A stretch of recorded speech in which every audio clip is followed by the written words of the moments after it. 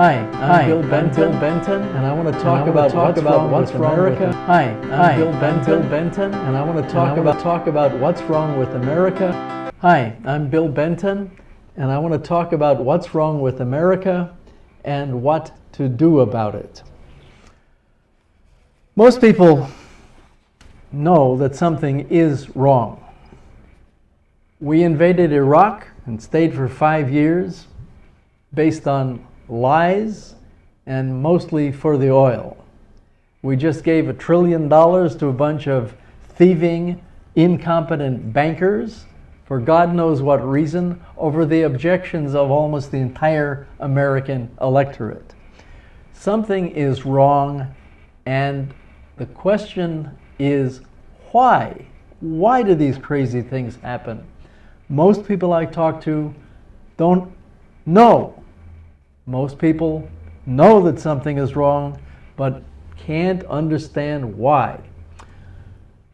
I think I have found something.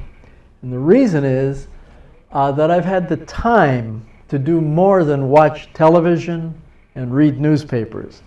I've been reading memoirs. People who work in George W. Bush's administration and leave for some reason often write a book. There have been books by directors of the CIA, the Treasury, military leaders, all sorts of people, and they don't pull too many punches. And I've had the time to read them. I've probably read 50 or 60 memoirs from the Bush administration and lots more from earlier ones. And I found something which is very interesting.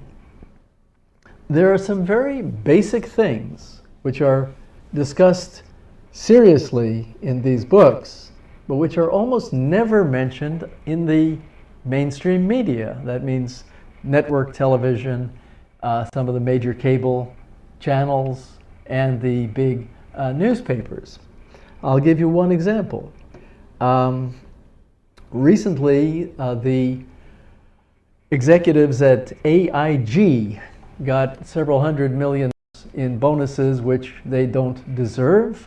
Most of them cheated their way into their jobs and deserve to be in jail, but they're getting these big bonuses and people are angry.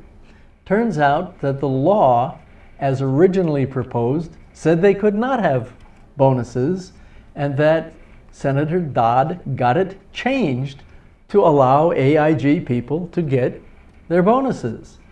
It also turns out that he received many millions of dollars in contributions from AIG executives just before making this change. I've only seen this mentioned in a couple of media spots. One cable host late at night mentioned it and actually tried to interview a newspaper reporter from Dodd's home state. The reporter literally would not say anything. But this is a key and very important story. It's also been referred to in the New York Times at the bottom of page 15 or something. It's not been a major story. But that's why these bums are getting your money and my money. And it should be a major focus. Here's another example. An awful lot of what George Bush said before invading Iraq was totally erroneous. He knew he was lying. He'd been told by many people that, for instance, there was no yellow cake uranium being shipped to Saddam from Africa. He knew, he said it anyway, he lied through his teeth, and the people who reported this were ignored. The people in the mainstream media who went along with Bush are still there. The people who blew the whistle and told the truth and did the investigation are nowhere to be found 5 years later.